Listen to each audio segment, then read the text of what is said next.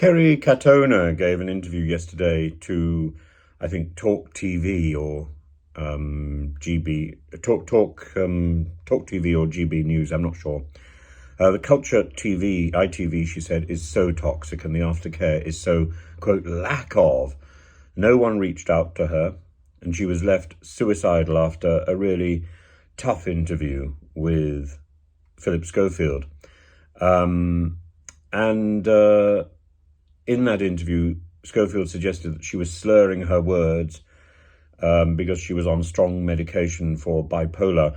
And Phillip, to his defence, said that he was being asked to ask these questions by the gallery. So he was just the stooge in this particular case.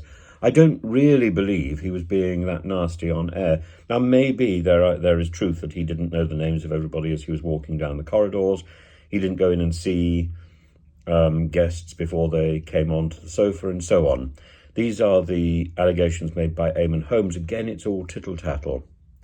Kerry Katona says, despite saying that ITV culture is toxic, she praised the floor manager, Tim, the makeup people, and the gods above who need a shout-out, but she says that the real people in charge, not in the gallery, not the floor manager, not the makeup, but the people in charge, the production,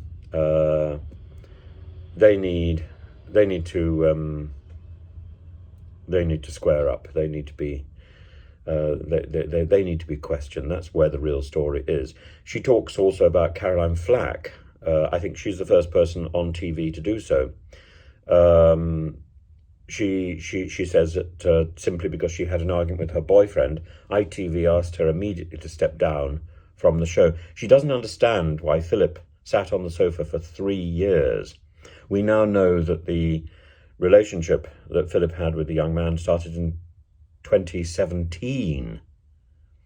So ITV knew about it, and in contrast, Caroline was sacked and took her life, and Phillip remained on the sofa. Is it because she's a woman? Is it because of a branding deal? Is it because she was making too much money? And then she talked about the audacity of being condescending, of belittling people on the sofa. And now I think she's talking about Phillip Schofield again. She complains that Phillip and ITV damaged her emotionally, and that she's still not over this. It was a very emotional interview with Dan Wootton, of course. And Dan Wootton says ITV has always held itself up as a paragon of virtue, but they're real double standards. I think Dan Wootton here is showing his bitterness. It's not ITV that is primarily at fault. What is primarily at fault is the government. It's the government that lies behind all this. It's the Department of Digital Media, Culture and Sport who took on the responsibility to investigate the problems in ITV, to investigate the problems with reality TV, with Love Island, with Jeremy Kyle, and they truncated the investigation. They only heard from producers. They heard from 4 victims, from 4 people who had been on these shows. Four! And about 30-odd production crew. 4. So this was an incredibly biased committee hearing, incredibly biased, and went on for some time and was supposed to go on for a lot longer, but Boris called an election and the committee was never reconvened despite so many people requesting it.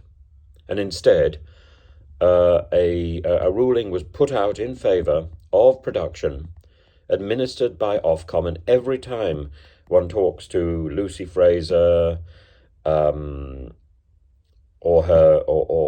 the minions before her, and Julia Lopez, they say, "Oh, we'll talk to Ofcom." Ofcom can do nothing. Ofcom is another pawn on the chessboard. There's real double standards throughout the whole system. They talk about doing good, and they're actually permitting and doing evil. Where's the aftercare for the young runner, says Kerry Katona. She doesn't wish the scrutiny on Phillip Schofield, she says. But talk of an investigation, and here she says, is bullshit. It's fake, it's phony, it's false, it's a false show. Is this what we are supposed to believe is reality? This hypocritical, condescending approach to real people? No. But it goes all the way through the television industry, and I think ITV is particularly affected by it.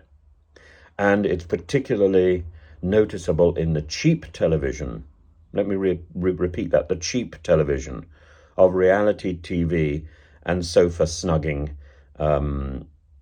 sessions. There's all this sofa TV is cheap television. All this reality TV is cheap television. And when people are making cheap television and raking it in, they get greedy. This is about greedy executives. It's not about Phillip Schofield. It's not about Kerry Katona. It's not about Dan Wootton. It's not about the desperation of GB TV and Talk TV, GB News and Talk TV to get in on the act, or Eamon Holmes being bitter. It's about the reality of TV executives at ITV out of their mind with greed.